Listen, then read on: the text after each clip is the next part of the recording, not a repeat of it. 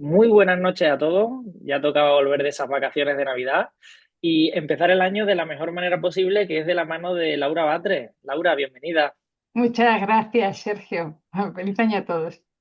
Nos vas a hablar de lente oftálmica, de control de Mm. miopía, Ujú. un tema que ya os digo yo que seguro que nos va a traer bastante cargadito. Mm. Y para aquellos que no conozcan a Laura, que yo creo que eso es literalmente imposible, pero bueno, dentro de mis No labores puede hay ser, ¿eh? que, hay que hacerlo. Eh, Profesora en la Universidad Complutense de Madrid, doctora, por supuesto, y ponente de innumerables congresos a nivel nacional, internacional y todo un referente en lentes de contacto. Y a todo esto, una tía fantástica. Con lo cual, si ya metemos todo eso en una costelera, sale Laura. Dicho esto, Laura, todo Muchas tuyo, gracias. ¿vale? Vale, muchas gracias, Sergio. Bueno, muchas gracias a todos los compañeros que estáis dedicando un rato de esta noche de lunes a formaros en lente oftalmica y control de miopía. He agradecer que no juegue hoy ni el Madrid, ni el Barça, ni el Atleti, ni su Copa, ni nada de estas cosas, como la última vez, porque bueno, siempre competir contra el fútbol es complicado. Pues me toca hablaros de lente oftalmica y control de miopía. Quiero deciros que no tengo ningún conflicto de interés de las marcas que van a salir a lo largo del webinar. Es cierto que en el pasado fui asesora para Oya. A día de hoy ya la lente está más que introducida en el mercado y bueno, fue cuando Oya quiso empezar a introducir la lente de las que vamos a hablar, contar con optometristas y oftalmólogos para poder posicionar y entender bien la lente que entraba en el mercado. Por lo demás, participo en estudios de investigación debido al grupo de investigación en el que soy coordinadora de la parte clínica y nada más. Sois libres de preguntarme. Os pediría que sí que al final, ¿vale? Más que cortar, porque tengo tendencia a irme de donde estoy y podemos hacer esto muy largo, ¿vale? Así es que al final me preguntáis. Bueno, os han hablado del control de miopía de muchas maneras y estoy segura que sabéis cuáles son los fundamentos científicos que están por detrás. Pero es importante que de cara a saber cómo funcionan los diferentes diseños de las lentes oftálmicas que voy a hablar, sepamos que hay dos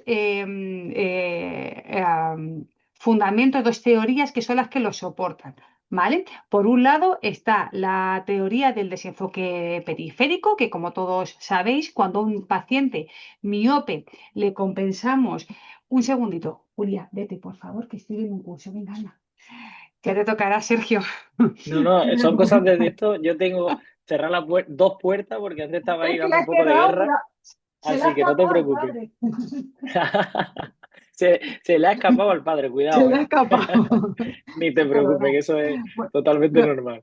lo que os decía, cuando a un paciente miope se le compensa con una lente monofocal, con una lente oftálmica, el punto imagen, la focal imagen, va a estar colocada en la retina, en la fovea. Sabemos, y lo vamos a ver en una positiva más hacia adelante, que la retina tiene una excentricidad que va desde la zona nasal a la zona temporal y debido a esa excentricidad, a esa curvatura, cuando tenemos un plano focal, imagen, lo que vamos a tener es un desenfoque periférico hipermetrópico, que es el que todos conocemos. Bien, debido a este desenfoque se produce una cascada de señalización visual que seguro que todos ya sabéis, por el cual el ojo crece, aumenta su longitud axial y entonces el punto que antes teníamos focalizado en retina, ahora queda focalizado por delante de la retina, volviendo a hacer a este paciente miope. Debido a este incremento de la longitud axial, lo que vamos a tener que hacer es aumentar la potencia de la lente oftálmica si seguimos con una lente monofocal o con una lente de contacto monofocal y entraríamos en el mismo sistema. Volveríamos a tener la lente focalizada en fobia, sin embargo, hacia la periferia tendríamos ese desenfoque periférico, hipermetrópico. Bien. En base a esto, lo que se ha hecho es han desarrollado sistemas ópticos que aumentan la potencia, la potencia óptica en la parte no central de la lente, que es la que vamos a mantener para visión de lejos, para imponer un desenfoque miópico. Es importante que sepamos que independientemente del crecimiento debido a ese desenfoque hipermetrópico, hay un crecimiento estable, un crecimiento fisiológico del ojo aproximadamente en torno a 0,10 milímetros por año. Por eso, cuando hable luego de la eficacia de las lentes oftálmicas para el control de miopía, también tendré en cuenta este crecimiento estable. Bien, esta es la teoría del desenfoque. Bien, pero recientemente o hay una tendencia ya, un concepto más reciente, que es la teoría del desenfoque simultáneo. ¿Qué significa teoría del desenfoque simultáneo? Significa que el ojo recibe señales de desenfoque que son opuestas al mismo tiempo. Es decir, tiene señales de enfoque en el eje y fuera del eje. Estas señales lo que hace es que compiten entre ellas, tanto en la parte de la imagen central como en la parte periférica, y la imagen predominante va a ser la que determine la regulación del crecimiento axial del ojo. Va a funcionar no solamente con la combinación de estas zonas ópticas de desenfoque miópico, sino que también va a combinar lo que ya sabemos y empezamos a escuchar hablar, que es el contraste que recibe la imagen retiniana. Y en base a esto está otro de los diseños de lente oftálmica que vamos a ver a continuación y que se basa en la teoría del contraste. No quiero profundizar en exceso porque si alguno tiene más interés de saber cómo funciona la teoría del contraste desde el punto de vista de la bioquímica o de la retina, que me lo diga porque daría para una clase un poquito más extensa y hablar ahora de células bipolares, pues la verdad es que a lo mejor es un poco denso dentro del webinar.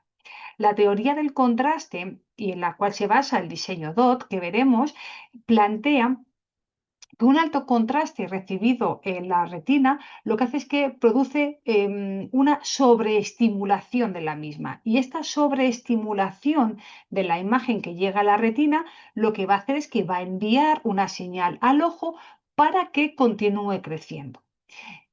Sin embargo, un contraste retiniano bajo lo que va a hacer es que va a mandar la señal al ojo de que detenga su crecimiento. Por eso, a ver, sí, por eso el aumento del contraste retiniano se va a interpretar como una señal de ojo, continúa creciendo. Y es lo que se ve en esta imagen. Mirad, ¿por qué hay una pregunta es que, ¿por qué hay una miopía? Hay miopía en niños que no tienen predisposición genética, por ejemplo. Bueno, pues la teoría del contraste propone que la causa principal es el entorno visual en el cual se mueven los niños hoy en día en visión próxima, que es un entorno de un contraste muy alto. Las tareas que realizan los niños en cerca ya sabemos que están estrechamente asociadas a la progresión de la miopía. Según esta teoría, si tengo una señal de alto contraste que está llegando a la retina, le va a mandar la información de, oye, sigue creciendo por toda la parte de la retroalimentación y la parte bioquímica de la señal que recibe la retina, y sin embargo, si el contraste es un poco más bajo, la señal que le va a mandar o que podríamos reinterpretar es como, oye, no sigas creciendo al ojo. Según esta teoría, si tenemos una alta información de un contraste muy alto en cerca, lo que va a hacer es que va a interrumpir el proceso de metropización de los niños, en aquellos que, como os decía al principio, niños que no tienen predisposición genética, va a interrumpir el proceso de metropización y esa interrupción va a enviar las señales debido a ese alto contraste en cerca que va a incentivar el crecimiento de la longitud o el alargamiento axial del ojo. Por eso, la teoría del contraste es una pieza más a tener en cuenta, pero como os pongo ahí, no es la explicación única, ni mucho menos la explicación definitiva para entender la miopía. hace ya muchos años, cuando empezamos con Opto Academy, hablábamos que aquello de no sabemos era lo suficiente la miopía, pero sí como no sabemos todo de la miopía, pero sí lo suficiente como para empezar a hacer algo. Y decíamos ya que estábamos muy cerca de empezar a entender cuál es el motivo de la miopía. Y yo creo que ya hemos cogido el carril adecuado con todos los estudios que se han presentado este año en ARBO y que se presentarán en el 2026. La teoría del contraste funciona como un complemento a la teoría del desenfoque, como un complemento a las teorías que hablan de la parte acomodativa, de la dopamina y de la luz natural. Lo que sí que se ha visto es que un exceso de contraste es un estímulo muy potente para la progresión miope. Y luego la otra teoría que durante un tiempo se quedó atrás, pero ahora ha vuelto a coger otra vez importancia, es la teoría acomodativa y en cual ya no se basan las lentes oftálmicas que tenemos actualmente, pero sí que se está estudiando cómo afectan estas lentes oftálmicas de control de miopía, cómo afectan a la parte acomodativa. Bueno, todos sabéis ya por los estudios realizados por WIZA dentro del estudio COMET, que el retraso acomodativo o tener una respuesta acomodativa insuficiente va a generar un desenfoque hipermetrópico periférico. Tener un retraso acomodativo hace que aumente también la demanda acomodativa o viceversa. De hecho, no se sabe muy bien qué es lo que es antes. Si tener un alto retraso acomodativo va a hacer que aparezca la miopía o una miopía hace que aparezca un retraso acomodativo. Lo que sí que se sabe es que el retraso acomodativo es mayor en los miopes que en los emétropes cuando ambos miran, se les mide la acomodación a la misma distancia. Y esto puede hacer que sea otra de las señales que desencadena esa cascada de mecanismos visuales que tienen como consecuencia ese aumento de la longitud axial del ojo y por lo tanto ese aumento de la miopía. ¿Qué va a ser importante? Y aquí va a ser otra de las tips que vamos a sacar. Vamos a intentar no tener un alto contraste en cerca y sobre todo hay que manejar y controlar bien la distancia de cerca, ya que una distancia corta de lectura, menor a 33 centímetros, pensar en los niños pequeños, a la distancia que tiene su brazo, puede conducir a un mayor retraso de acomodación y un mayor retraso acomodativo puede ser el precursor de la aparición de una miopía. ¿Vale? Por lo tanto, ya vamos teniendo en cuenta estas dos cosas. Bien. ¿Y por qué vamos a hacer control de miopía? ¿Por qué es importante esta longitud axial de la que os he estado hablando? Fijaros, porque esta es una resonancia magnética. ¿Vale? Un paciente miope magno con una miopía magna bilateral en el que estamos viendo ese estafiloma posterior en ambos ojos, aquí donde no queremos llegar, es un miope ya muy alto y en este caso estamos en un paciente con una anisometropía, tenemos un ojo izquierdo miope, fijaros la diferencia de longitud axial entre el ojo derecho y el ojo izquierdo siendo miope, pero sobre todo, y aquí entra otra de las explicaciones de por qué las lentes oftálmicas, que nos lleva a este webinar, pero también otros tratamientos, como puedan ser las lentes de contacto en cualquiera de sus modalidades, va a ser importante ver la cantidad de desenfoque que tengan. No se ve bien, se me ha cambiado el color del arco, pero fijaros en el ojo menos miope, bastante menos miope, cómo la excentricidad retiniana es muy diferente a la excentricidad retiniana que tiene un ojo miope alto. Por eso cuando preguntamos pero es que es importante tener la medida de la longitud axial. Es importante porque no, nos preocupa realmente los miopes que tienen altas longitudes axiales para que no nos llegue a pasar lo que nos está pasando aquí. Podemos tener miopes altos, pero que sean como en el ojo derecho de este paciente, como consecuencia a una córnea muy potente o a un cristalino también potente, ¿vale? Entonces, es lo que tenemos que tener en cuenta. Por estos motivos hacemos control de miopía y entre ellos están las lentes oftálmicas.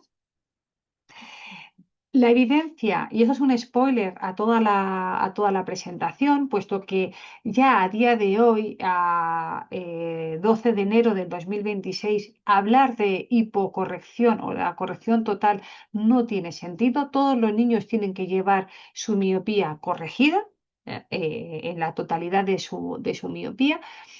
Para eso hay que saber descartar entre una pseudomiopía y una miopía real y prescribírsela. Y una vez que se la ha prescrito, ver si la miopía está en progresión. Y si la miopía está en progresión, poner las lentes oftálmicas, si ha sido el tratamiento de elección, que nosotros consideremos y que haya sido aprobada, por supuesto, para el control de la miopía. Por lo tanto, hipocorregir ha demostrado que va en contra del control de la miopía y a día de hoy poner un bifocal o poner una lente progresiva tradicional a un niño miope para controlar la miopía, pues no tiene mucho sentido ya que la eficacia está en torno al 33% y hay otros tratamientos, como son estos 4 diseños de lentes oftálmicas que veis aquí, que tienen una evidencia científica superior al 60%. Por lo tanto, si la elección va a ser una lente de control de miopía oftálmica, que sea cualquiera de los diseños que vamos a ver a continuación. Por lo tanto, ya os digo que la evidencia científica es muy alta, por encima del 60%. Sin embargo, cuando vamos a la literatura y recurrimos al IMI, por ejemplo, o al Myopia Profile, que también es una fuente rica de información a la hora de aprender la miopía, vemos que la percepción sobre las lentes oftálmicas para el control de la miopía no siempre se correlaciona con su prescripción real. Es decir, la gafa monofocal, la lente oftálmica monofocal, sigue siendo a día de hoy las más prescritas en niños o jóvenes miopes con miopía progresiva, especialmente como vemos aquí en África y en Europa. Australia, por ejemplo, destaca por una mayor prescripción de lentes oftálmicas específicas para el control de la miopía. No sé si es porque está Kate Gifford allí, pero bueno, es un chascarrillo para que sepáis. Gifford está en Australia y es la directora del Myopia Profile y una de las más conocedoras de miopía a nivel mundial. Entonces, bueno, Australia es una de las, destaca por lo que os decía, por tener una mayor prescripción de lentes oftálmicas específicas para el control de miopía frente a otros tratamientos como puedan ser las lentes de contacto, la ortoqueratología, etcétera.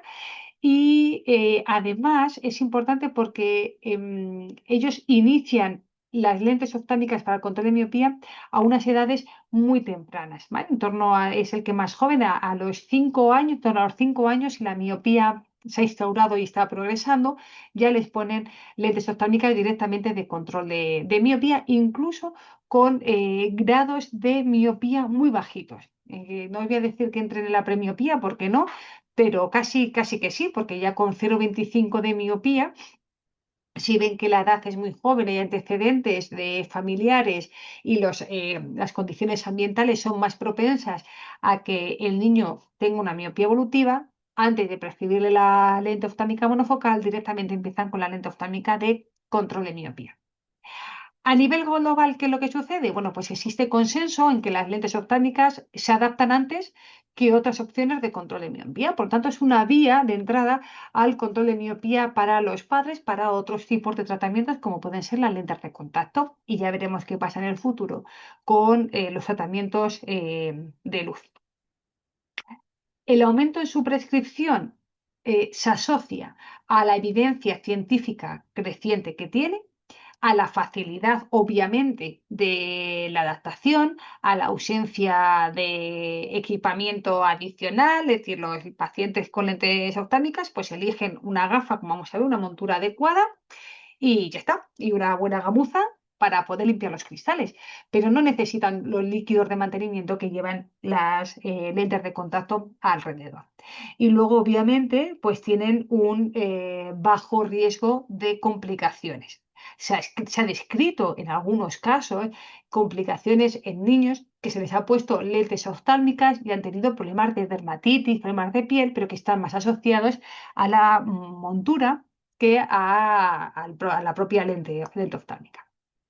Bien, si nos vamos a Europa, en Europa la preferencia por gafas o lentes oftálmicas para el control de la miopía no es tan consistente como en el resto de los continentes. Llama la atención que en Europa se prescriben 4 veces más lentes monofocales que lentes oftálmicas y, perdonad, que lentes de contacto blandas, pese a que todos sabemos que la lente de contacto pues mejora la estética, mejora la percepción de las imágenes, aumenta la participación en actividades y bueno, pues tiene una mejoría que quizás en los niños sería para tener en cuenta, pero bueno, eso es lo que sucede en Europa. Bien, ¿qué es lo que vamos a tener? ¿De qué vamos a hablar ahora? Bueno, pues de los puntos claves. Leía hace un par de días un compañero en LinkedIn compartió un artículo que había caído en mis manos, pero había caído en Navidades y no le había prestado atención, sobre la importancia, la diferencia del p-valor en los estudios clínicos, ¿no? Muchas veces le damos un peso muy importante, creo que sí, creo que se le da un peso muy importante si hay diferencias estadísticamente significativas o no, que tenemos que darlo, pero hay veces que roza tanto el larguero, por coger la parte futbolística, que algo que es estadísticamente significativo quizás no lo es clínicamente significativo. Y eso es lo que yo creo que a estos niveles de formación ya debemos empezar a ser más críticos. Cuando nos digan, es que había una diferencia estadísticamente significativa entre los del grupo 1 y del grupo 2, ver si luego en la clínica eso llevaba un beneficio o no, porque estamos jugando ya, habéis visto antes que os he hecho el spoiler del mayor de 60%, entonces claro, todos queremos llevarnos a nuestro terreno al consumidor final y hay que saber que existen otros motivos más allá de la evidencia que son los que nos van a hacer decantarnos por un tratamiento u otro. ¿Cuáles son los puntos claves? Evidencia a largo plazo, buscar artículos que tengan más de 5 años de uso, o sea, de seguimiento del tratamiento, de las tecnologías que vamos a ver a contar ahora, ver la estabilidad del efecto de ralentización, lo que se llama el frenado en muchos de los estudios, es decir, que si es estable o no, o cuando yo luego retiro la lente oftálmica, aumenta, ¿no? Ese crecimiento, la ausencia del efecto rebote. Y la cinética es la velocidad, la pendiente que lleva de crecimiento axial comparado con el crecimiento fisiológico. Como os digo, por eso yo el frenado no me gusta usarlo, porque para mí frenar, mi coche cuando yo lo freno lo pongo a cero. Lo puedo llevar a 10 kilómetros por hora, 5 kilómetros por hora. Lo he ralentizado al máximo, pero no está frenado, se sigue moviendo. Con el tiempo podré llegar a cualquier lugar. Si estoy a cero, no llego a ningún sitio. Pues eso pasa con el crecimiento fisiológico. A los padres, aun introduciendo la lente oftálmica, hay que decirle, oye, que sepas que existe un crecimiento fisiológico aproximadamente de 0,10 milímetros al año. Es importante con la lente oftálmica medirlo y además es muy fácil porque cojo, le quito la gafa a mi paciente, le mido la longitud axial, le vuelvo a poner la gafa y ya la tengo hecha. Cosa que, por ejemplo, no pasa con la ortoqueratología, ¿no?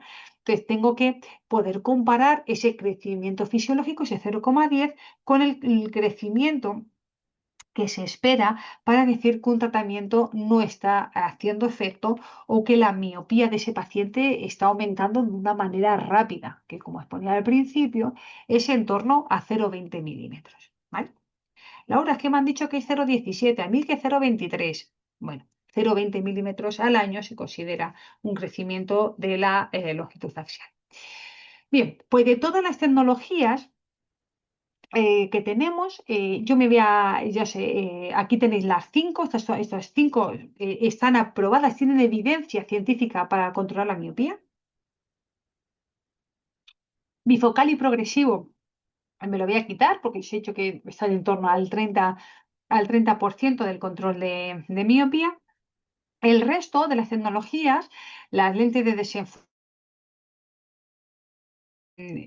llamadas así porque ya existen diseños que han cogido ese nombre y de ahí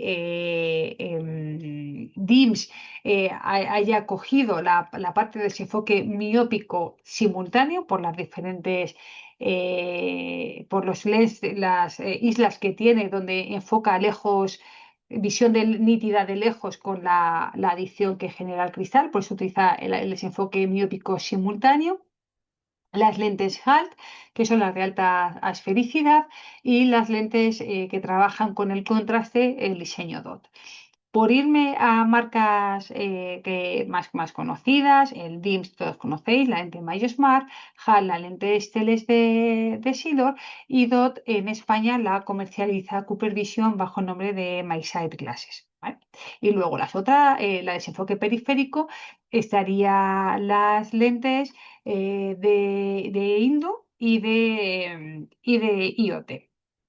Y aquí también tendríamos a Zeiss. ¿Vale? Lo vamos a ver ahora. Bien, vamos con la lente de desenfoque periférico.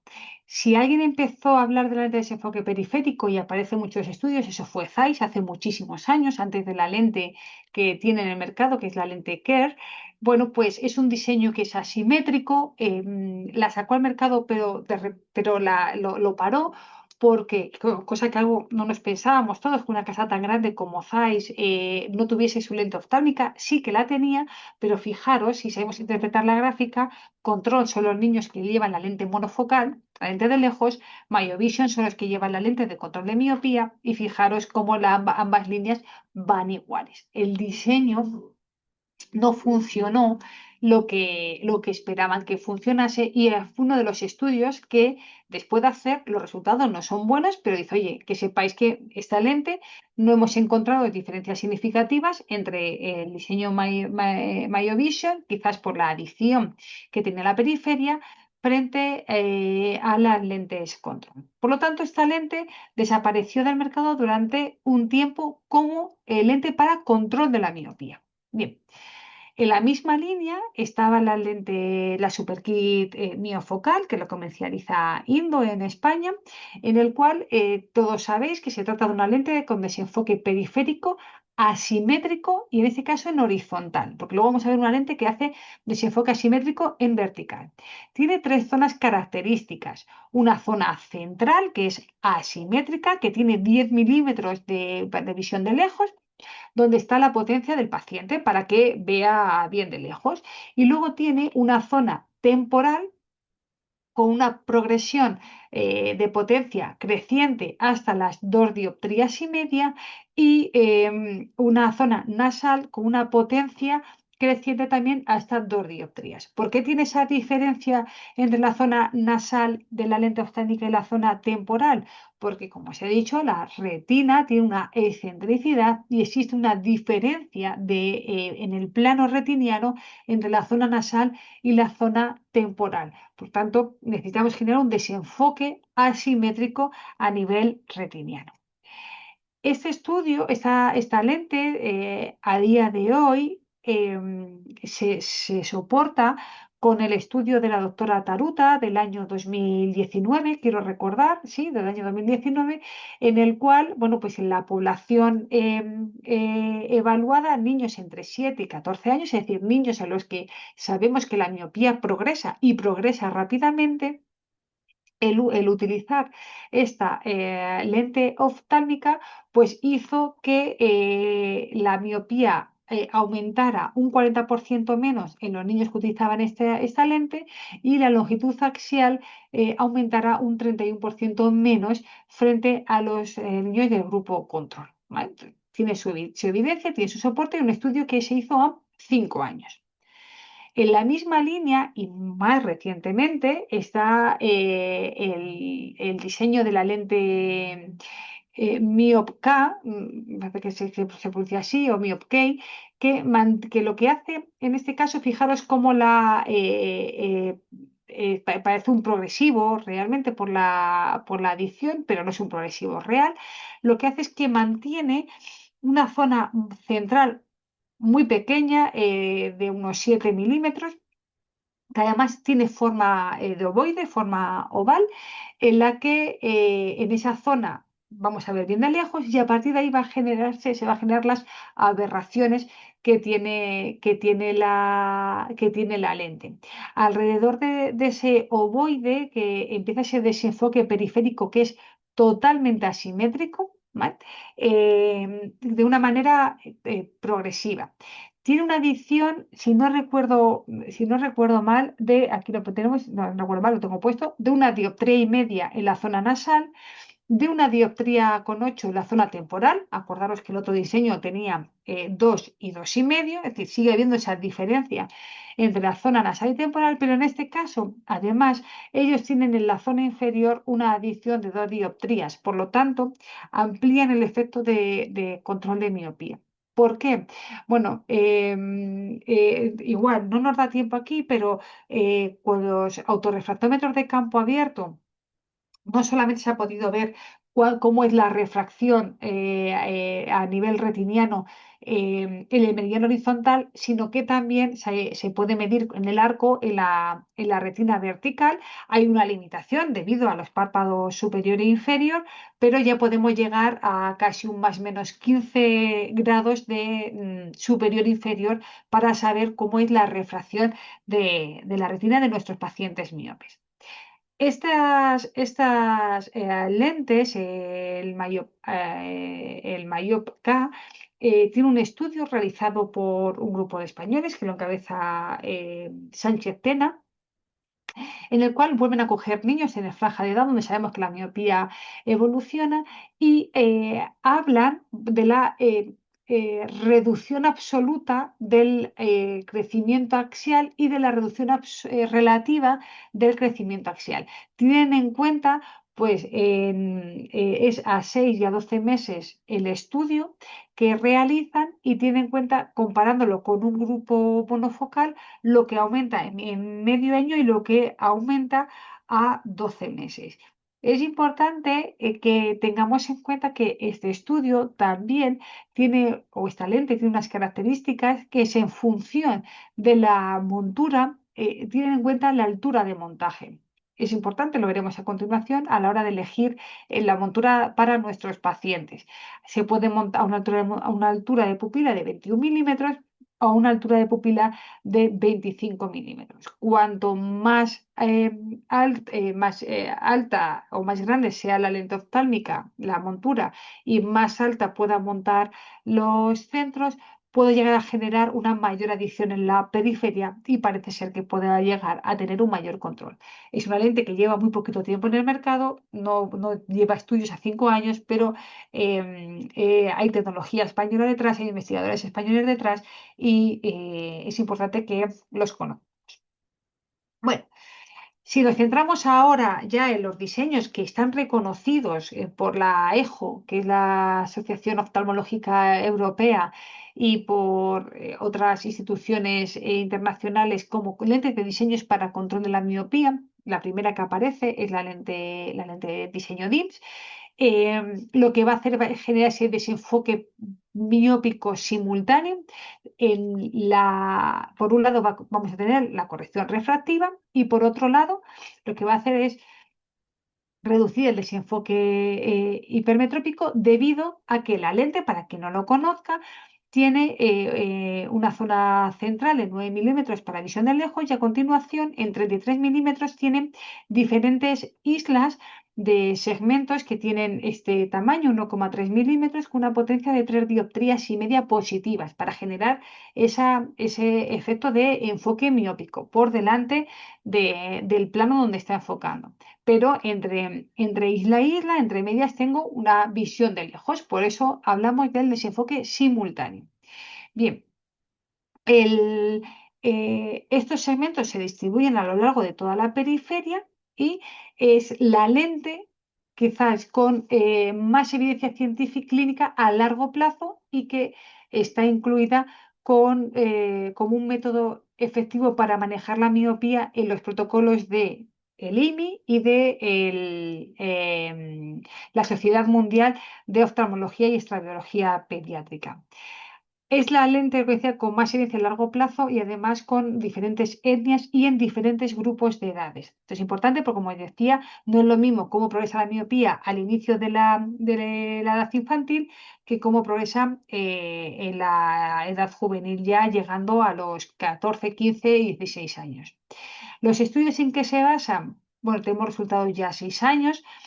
Aquí os presento los de los 3 años y lo que nos dicen es que eh, por un lado tenemos los pacientes que utilizan la lente control, por otro lado tenemos a los pacientes que utilizan el diseño a estudio. Fijaros cómo hay una clara esa cinética de la que hablaba, esa pendiente de crecimiento axial es claramente menor en los niños o pacientes que utilizan el lente DIMS.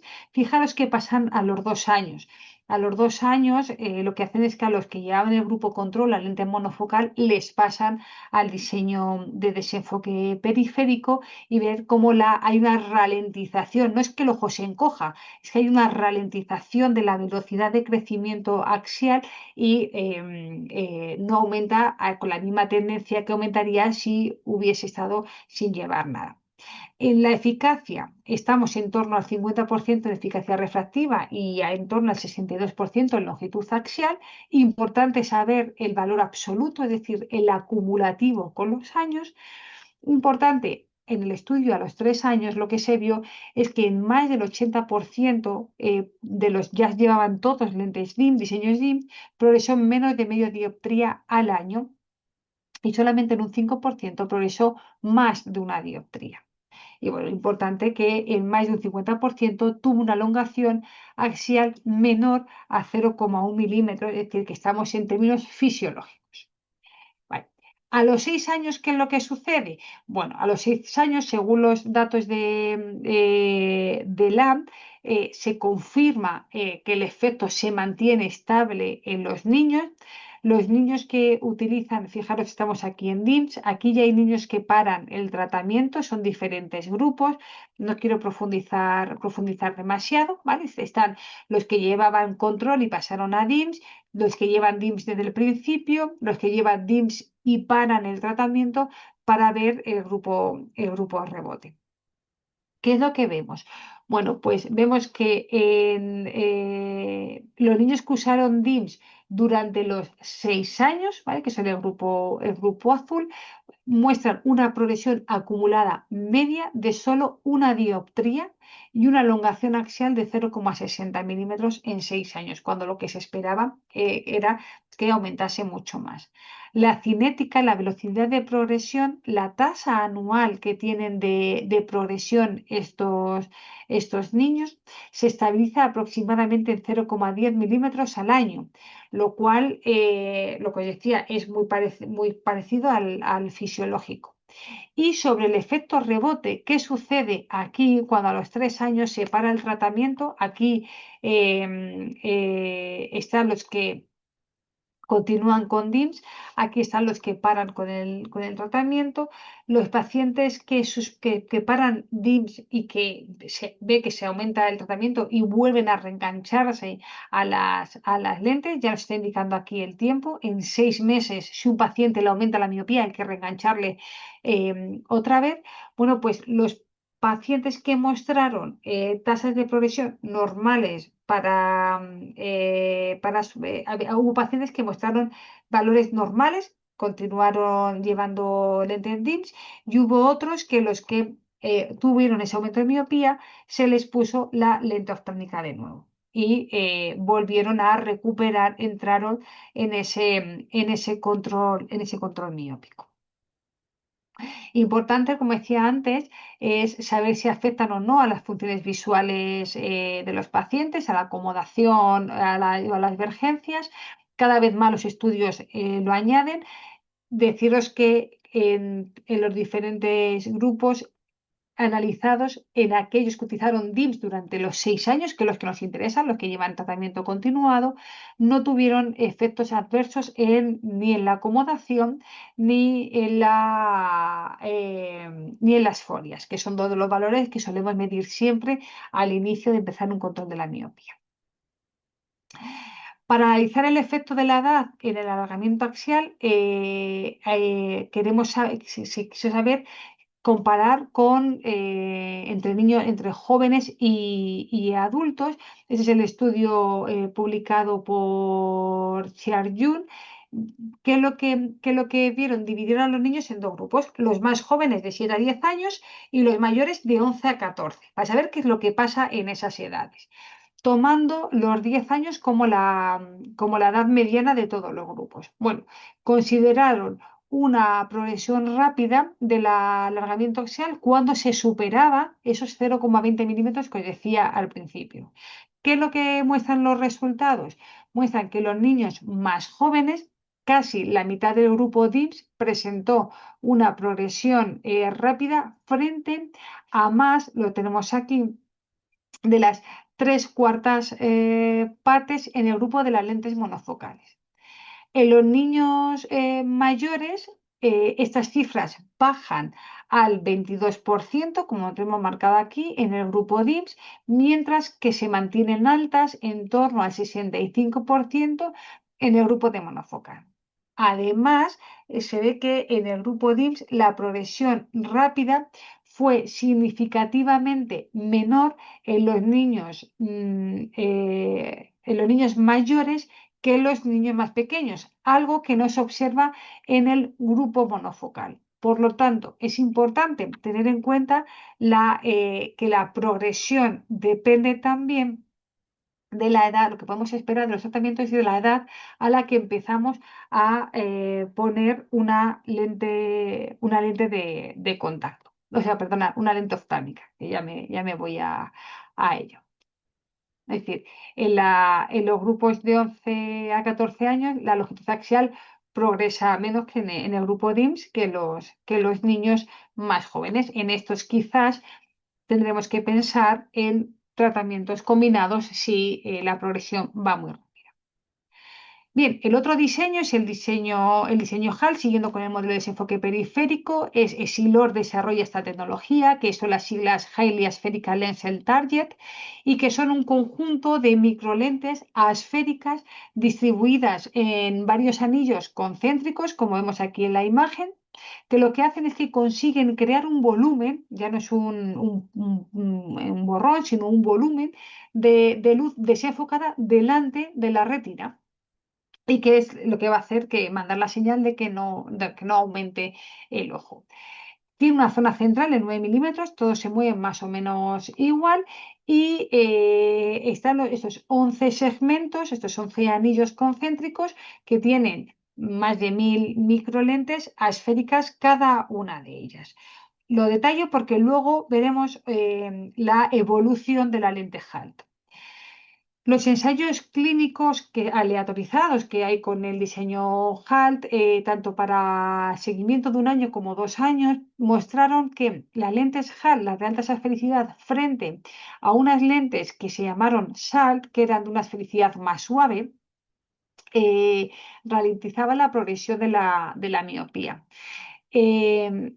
¿Por qué se quedaron con HAL? Porque de los dos diseños, HAL es la que tuvo mayor eficacia, no solamente en el control de miopía, sino que también se dieron cuenta con estos diseños de los cambios que había a nivel coroideo, induciendo un adelgazamiento coroideo macular subfoveolar asociado a la progresión de la miopía.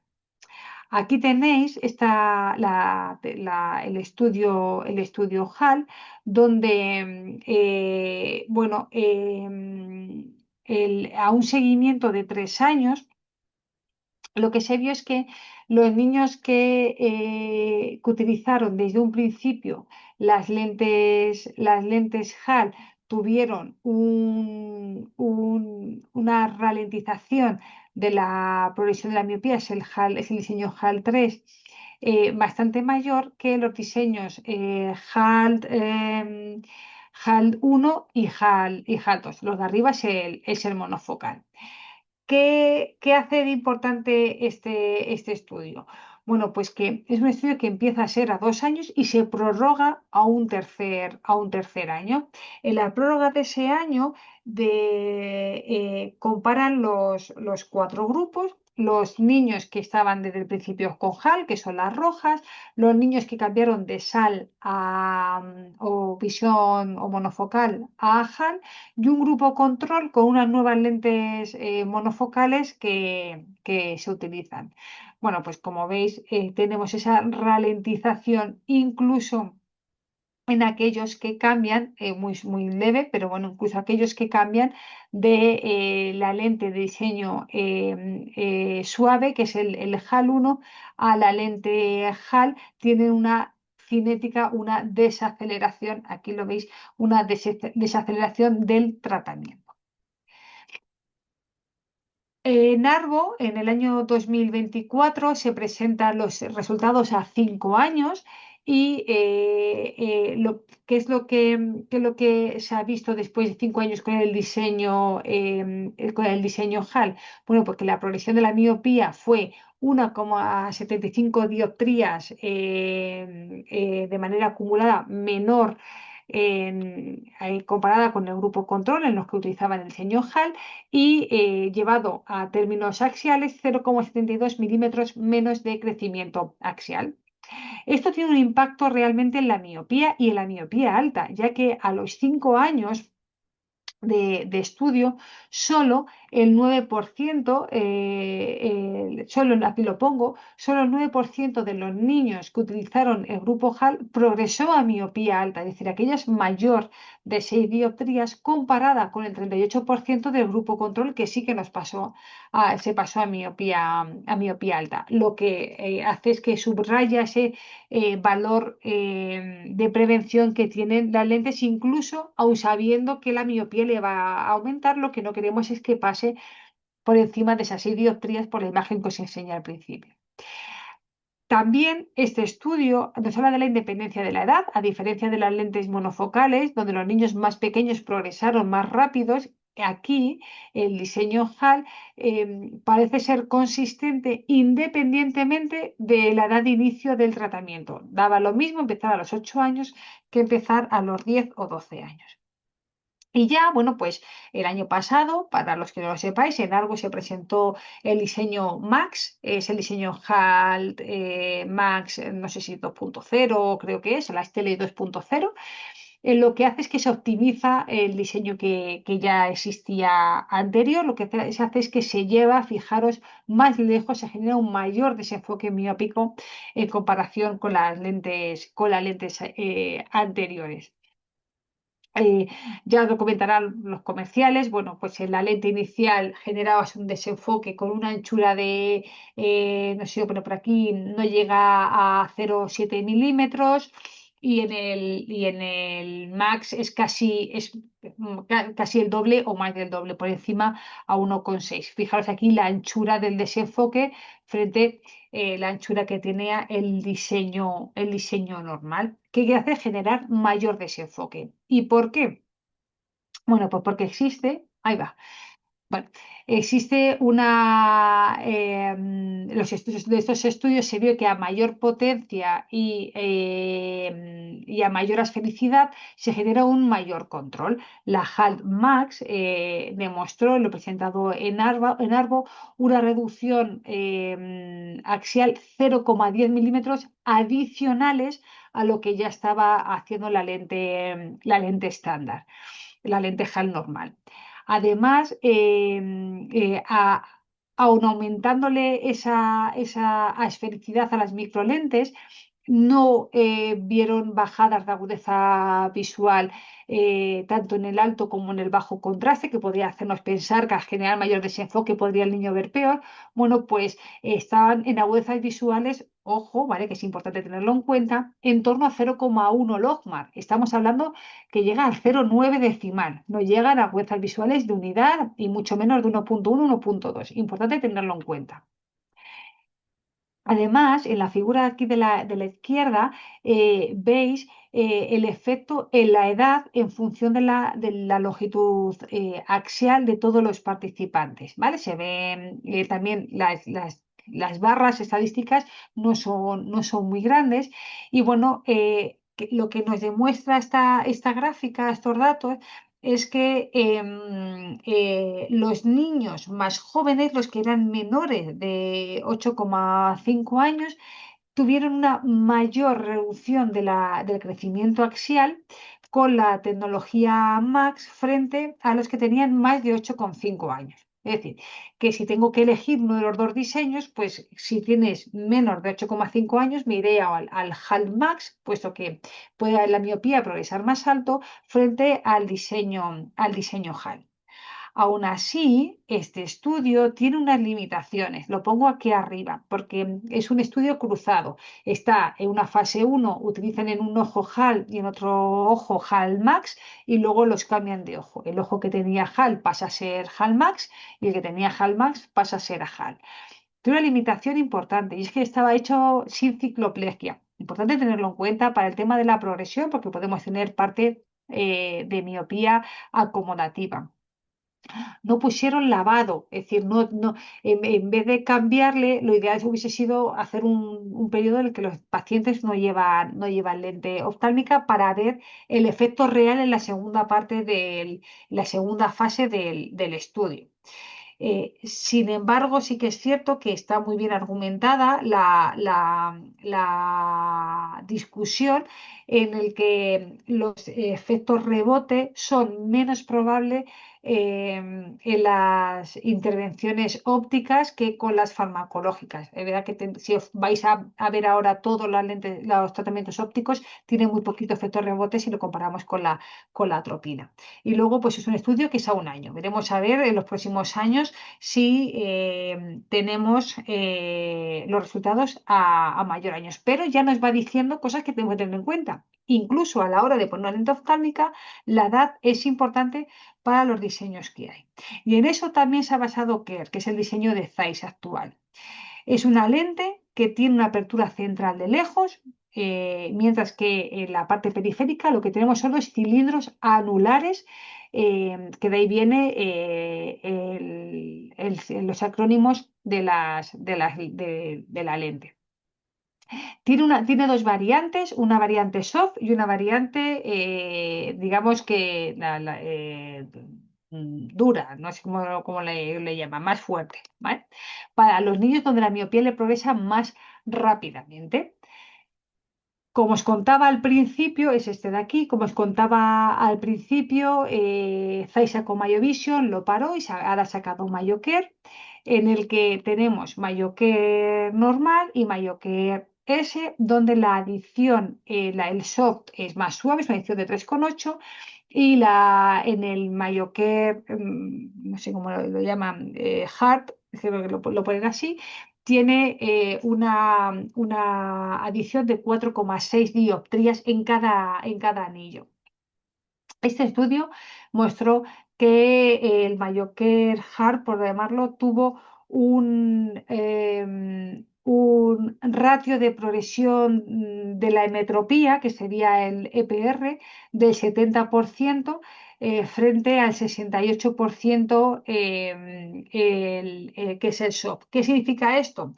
El índice EPR se utiliza para medir qué tanto el crecimiento ocular con estas lentes se asemeja o cuánto se asemeja al crecimiento de un hemétrope, ¿vale? Sería así, un 100% indicaría un crecimiento igual al de un ojo sin miopía. Bueno, pues el estudio de MyoCare ya sí, ya tenemos otros resultados porque ya utilizamos el diseño, los diseños con mayor adición en la periferia. Bueno, pues los resultados en este estudio que muestro ahí nos dicen que su eficacia es ligeramente menor en comparación al diseño DIMS y al diseño HALT al primer año, ¿vale?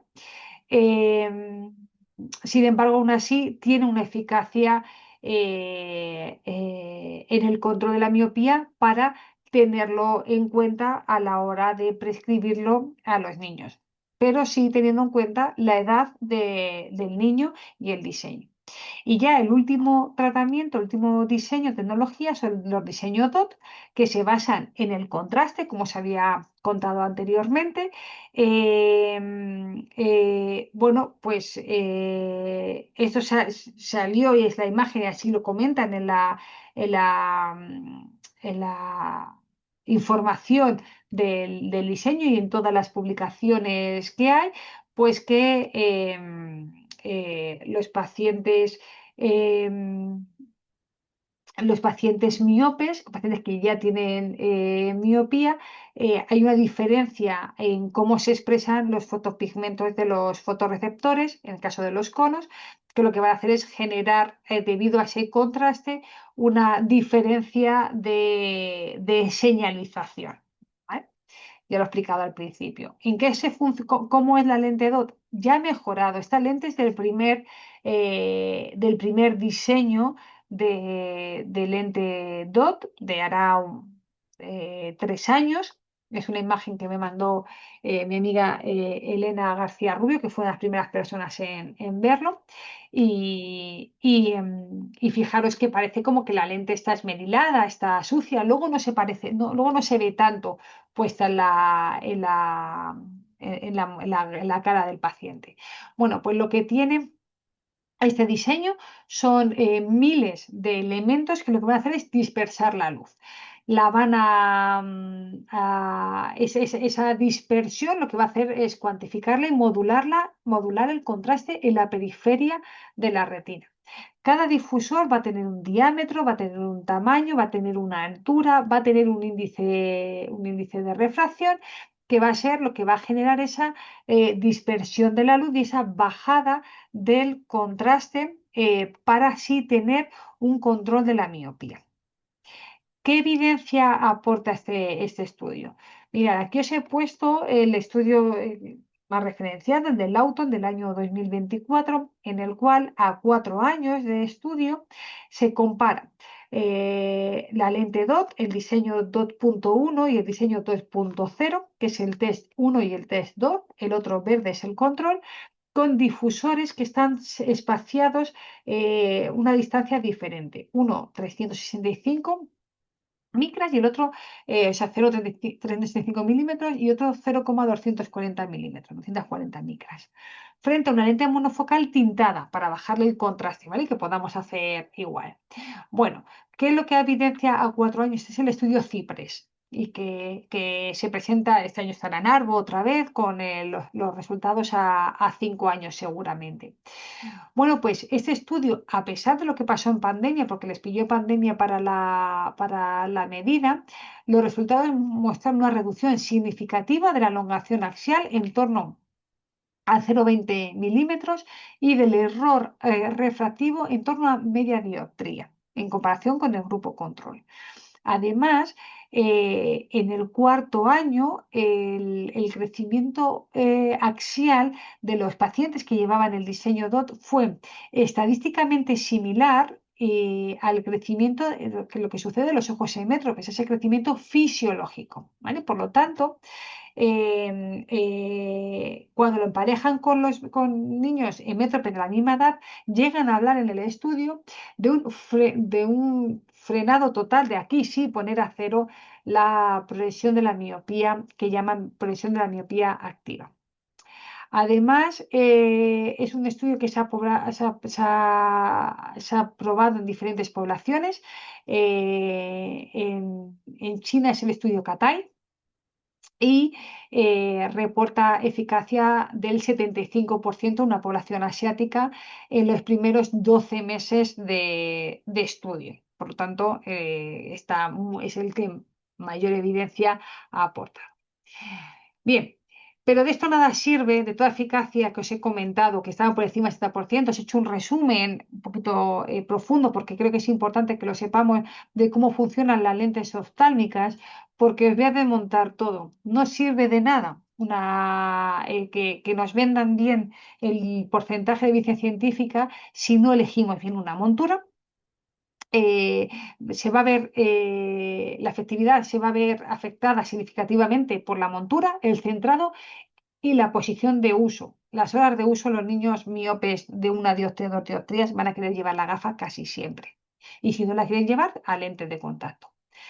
Eh, Además de acelerar la progresión de la miopía, la falta de adherencia puede promover el abandono y la insatisfacción de los pacientes. Por eso es la elección de la montura tiene que ser consensuada también con los padres y con los niños.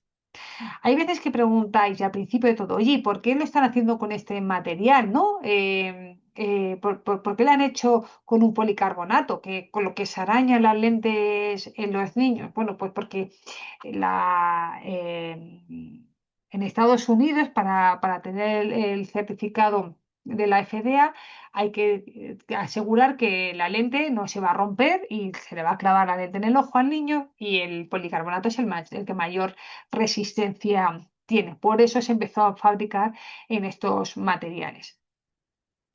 Debemos tener en cuenta a la hora de escoger la lente este índice de refracción, la opción de ponerla antirreflejante. En algunos casos, algunos fabricantes nos ofrecerán ponerle filtro de la luz azul.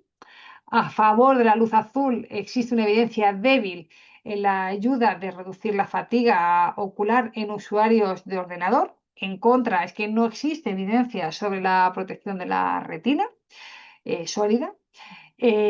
Por lo tanto, si se la ponemos, si el niño utiliza mucho el ordenador, bueno, pues se la podemos poner, pero no como protección de la retina.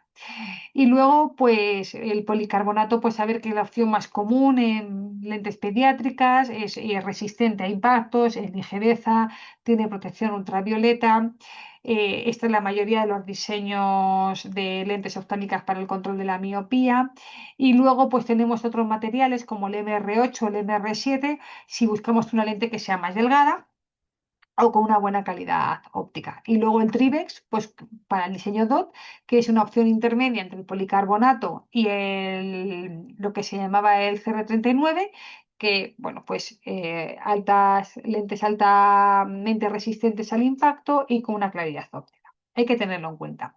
Todo esto no lo dicen los fabricantes, así es que es importante comentárselo porque ya tenemos lentes fotocromáticas, lentes que se pueden poner con protección ultravioleta, bueno, pues polarizadas, todas las opciones hechas para que nuestro niño lleve la lente oftálmica de control de miopía durante todo el tiempo, con clips, como queramos ponerlo. Importante también saber que a nivel de visión existe un compromiso visual y principalmente en la primera semana los niños son conscientes de esa visión extraña, de esa visión borrosa, de esa visión periférica. Importante enseñarles a mover la cabeza, sobre todo si llevan un diseño DIMS, HALT o un diseño DOT, para si quieren ver nítido. Pueden experimentar halos, hay que explicarles lo que es, pero bueno, deciros simplemente que existe este cambio. No suele afectar la agudeza visual. Por debajo de 0,9 no deberíamos dejar a ningún niño viéndola con la lente oftálmica, con esos diseños. Si le baja esa agudeza visual, habrá que ver otro tipo de lentes, otro tipo de tratamientos, o ver si el centrado es el correcto. Importante. En eso no solamente DOT, sino también DIMS han estudiado mucho, han demostrado que efectivamente la visión en la periferia, como veis aquí, se degrada, pero se acaban adaptando, acaban tolerando bien esta lente. Importante saber que en el estudio de DIMS ha habido una disminución significativa a 6 años en la amplitud de acomodación, pero el que exista una disminución no quiere decir que fuese estadísticamente significativa, sino simplemente que lo vais a ver que va a disminuir. Y bueno, pues que se necesita un periodo de adaptación. ¿Y qué pasa con el Lost Dropout?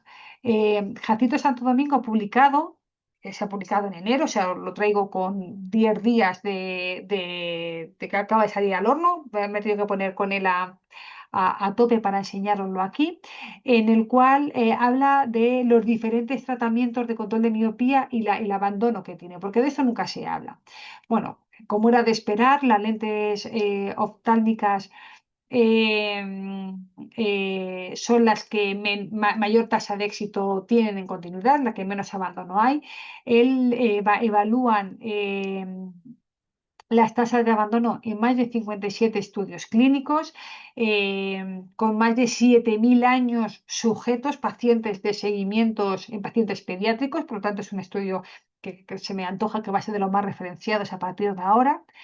Se ve que la tasa de abandono anual varía según intervención, y lo veis aquí, en gafas un 6%, orto-K entre un 9 y un 15%, y las lentes de contacto blandas, la que tiene una tasa de abandono mayor, es curioso, pero el motivo es porque quizás la ortoqueratología tiene ese equilibrio favorable, como os pongo ahí, entre la eficacia y la adherencia.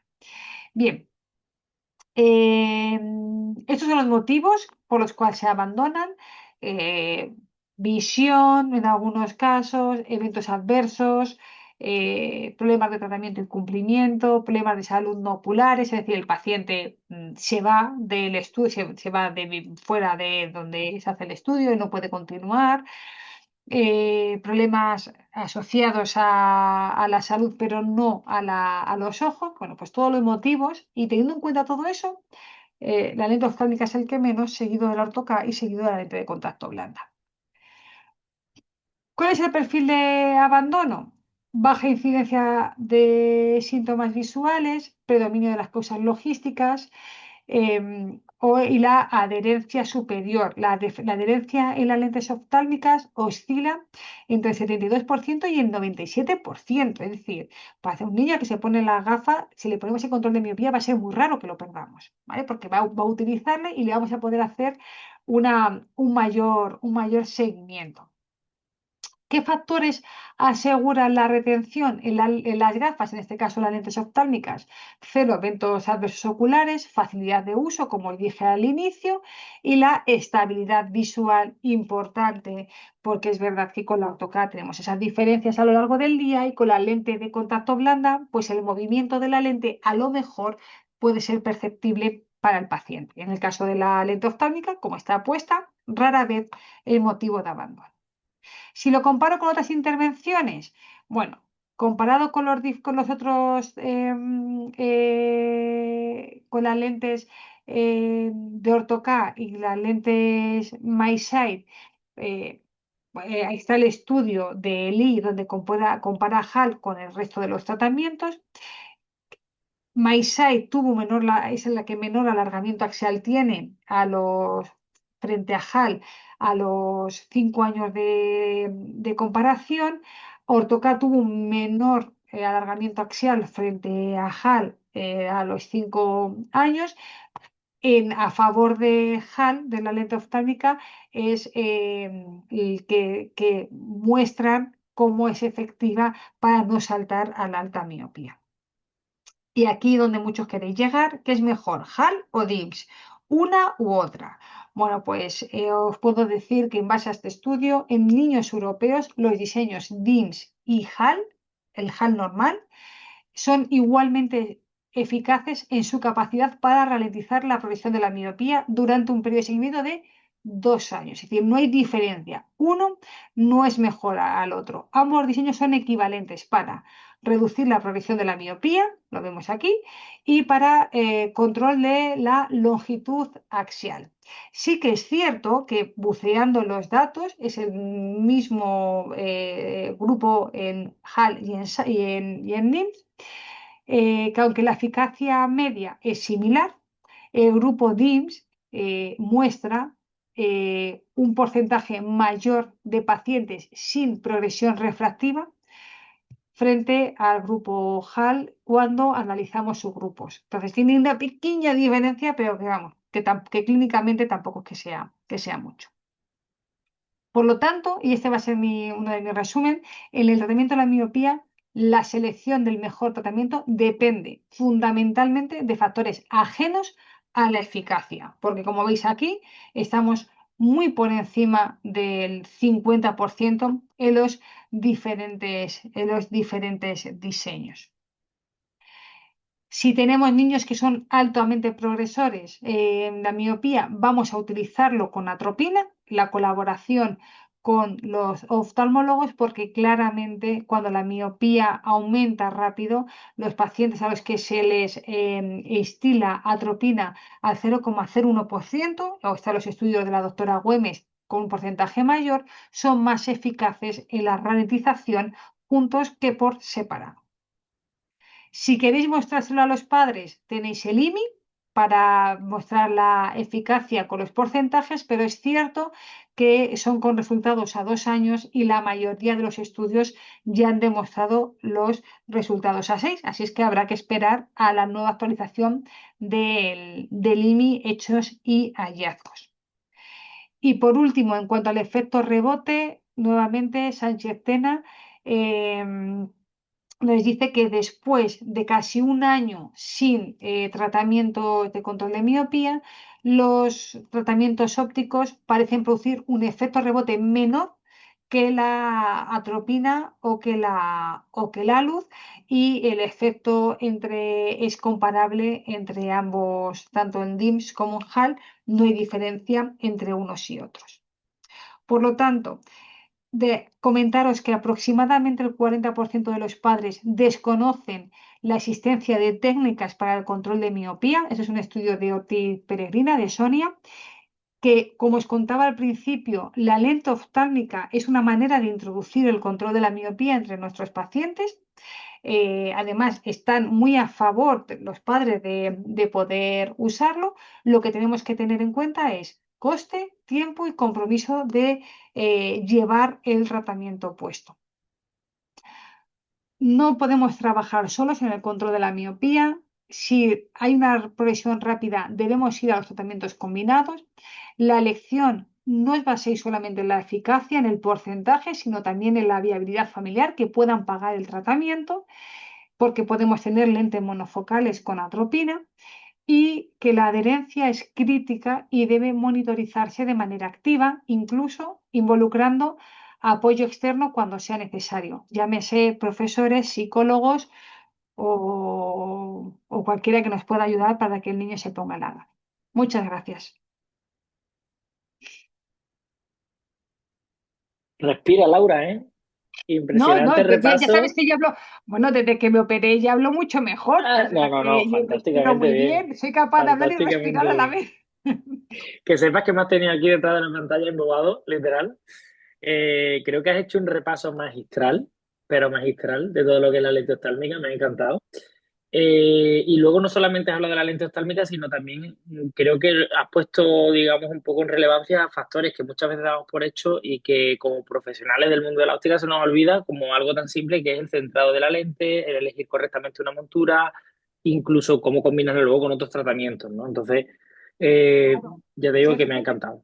es que ten en cuenta que cuando ponemos una lente de contacto, le ponemos en la lámpara, vemos el movimiento, teñimos, yo qué sé, hacemos un montón de pruebas para saber si la lente está bien adaptada. Sin embargo, con la lente oftálmica, lo que nos pasa es que con la lente oftálmica le ponemos y no vemos el ángulo pantoscópico, no vemos la curvatura que tiene. Es raro, ¿no? Que pongamos a un niño Sí, el una el montura problema con curva. quizá, el problema quizá ahí, o por lo menos la sensación que percibo yo por lo menos, es que tiene la gran ventaja de que es verdad, no necesitas un material especial ni un material complementario para hacer ese tipo de, digamos, tratamiento de control de miopía, pero Mm, muchas veces esa facilidad también banaliza el tratamiento. Y hay que mm, tener cierto cuidado entre, oye, una cosa es que necesiten. Te pierdo, Sergio. ¿El micro? Uy, perdón, es que Vale, me acabo de quedar sin batería. batería. Que nada, simplemente muchas veces uno de los peligros que tiene el caer en el error de banalizar lo que es hacer un control de miopía con una lente oftálmica. Mm, Que realmente seguimos haciendo ahí un tratamiento de control de miopía, no es simplemente una lente monofocal que ya de por sí debería estar bien montada, bien centrada, mm. sino que en estos casos todavía se hace más crítico. Claro, y aparte tenemos aberraciones que se genera por la propia lente oftálmica, es decir, porque aparte de todo el desenfoque y todo lo que le metamos a la lente, la masa se tiene que ir a algún lado, es decir, tenemos que tener, Claro. vamos a generar ese centro más delgado y esa periferia más gruesa de una lente oftálmica negativa que va a generar una aberración esférica, entre otras. Si la lente encima no está centrada viene a pupila a una altura, pues genera más efectos que muchas veces no nos explicamos. Por lo tanto, importante elegir bien la montura, ver bien el ángulo que le vamos a poner, que no tengamos una base a la hora de montar. Recientemente, ya sabéis que yo pongo muchos ejemplos clínicos, teníamos un niño en el que me decía la madre, es que ya hemos ido varias veces a la óptica porque el niño se queja de no ver bien y es que no hacen, no saben decirnos por qué, dicen que está todo bien. Y la lente oftálmica era grande para el aro que llevaba. Entonces estaba curvada. Eso se ve, claro, a ver, nosotros en la universidad, al final, cuando te viene y te cuentan todos los problemas que tienen, pues ya te vas a buscar lo que a lo mejor no han podido buscar ellos, ¿no? Porque pues ya está, la anamnesis es la que es y al ponerla en el fronto que tengo, que es aberrómetro también, tiene unas aberraciones brutales. Y bueno, tengo un técnico de laboratorio allí, de taller, que monta y me dice, no, es que la lente se sale, o sea, la sobra casi 1 milímetro vamos a biselarla. Y fue algo tan tonto como recortar la lente, ajustarla bien a la montura y dijo el niño, pues ahora veo bien. Y pues ya está, pues no, ni le he graduado ni nada. Pasa, Vale. eso pasa y el que, digamos, está un poco a pie de cañón en el mundo de óptica muchas veces pues te vienen con unas gafas de un montaje de una manera, bueno, incluso ustedes, ¿no? A nivel de clínica os puede ocurrir también algo parecido. Entonces, creo que es muy importante que además de saber, como tú has explicado perfectamente, oye, las diferencias entre los diseños, qué distintos tipos y en qué se basan cada uno de ellos, que eso es fundamental. Que no se nos olviden las cosas más básicas, como es hacer un buen montaje, medir bien esa distancia interpupilar, medir bien ese centrado de la lente, que al final es lo que realmente va a hacer que el tratamiento sea más o menos efectivo, porque un concepto que no se nos debe de olvidar, al final más o menos los tratamientos son relativamente parecidos en eficacia, siempre y Sí, cuando sí, se usen de manera adecuada. Si no se usan de manera efectivamente, adecuada, no hay buen tratamiento para control de miopía, sea el que sea. efectivamente. De UTD va igual. A recordaros al principio de los tiempos cuando empezábamos con el control de la miopía, que todavía no estaba la lentes oftálmicas, los primeros años de la MySight, que decían 8 horas todos los días, Es pero verdad. si descansas uno, hacer 10. Pero no. Es decir, la lente tiene que estar puesta el máximo número de horas, porque si el paciente está bien adaptado y está cómodo, la puede llevar el máximo número de horas. Y si lo que está demostrado es que a partir de 6 horas de uso o 7 horas de uso, ya el efecto que hace en el control de la miopía es suficiente. Bueno, porque alguien se puso a mirar qué diferencia había entre llevarla a 6, llevarla a 8, llevarla a 10 o llevarla a 12. Pero que si la cuestión es llevarla de la mejor manera y la mejor y bien puesta y no pequeña. Y eso es algo que tenemos que tener en cuenta que son niños y los niños crecen y sus cabezas también. Claro, decir, ¿qué ojos más grandes? No, qué cabeza más chica. Los ojos Efectivamente. llegan en un momento en el que ya han crecido todo lo que tienen que crecer en lo que es el globo ocular y ya no siguen creciendo más, sino es la cabeza la que va creciendo y va haciendo que los ojos parezcan más pequeños de cuando son bebés. Si crecieran a la misma velocidad los ojos que la cabeza, tendríamos los ojos como el de Monstruos S.A., ¿no? Entonces, como la cabeza le crece, la montura hay que cambiársela. Y cuando vienen al año a hacerse la revisión del control de miopía, si no le ha aumentado la miopía, pues qué bien, no le aumenta la miopía, sigue utilizando la lente oftálmica. Si al segundo año ¿No le ha aumentado la miopía? Quizás no, pero quizás la cabeza de un niño de 6 años no la de un niño de 8. Y la de un niño de 8 no la de un niño de 10. Y la de uno de 10 no de uno de 12. A lo mejor hay que explicar a los padres, es que hay que cambiarle la montura, porque ya, no le, Mm. ya le queda pequeña a la cabeza. Y ves a niños que por el coste también, lo que os decía al final, ¿no? Importante el tema del coste de los tratamientos, no llevan la gafa adecuada por montaje. Entonces dicen, es que ya no es eficaz el tratamiento. No, el tratamiento es eficaz, no se está llevando bien. Claro. Tengo aquí de Pedro Antonio una pregunta. Sí, he abierto un melón ahí. Bueno, a ver, no voy a abrir ningún melón. Ya lo sabes que yo melones no abro. No abro melones porque dentro del grupo de investigación estamos haciendo tratamiento, estamos en un estudio que es el Myopia de Dopavisión, que es con luz azul, directamente al nervio óptico. Esto nos daría para un webinar sobre el tratamiento de luz roja y luz azul.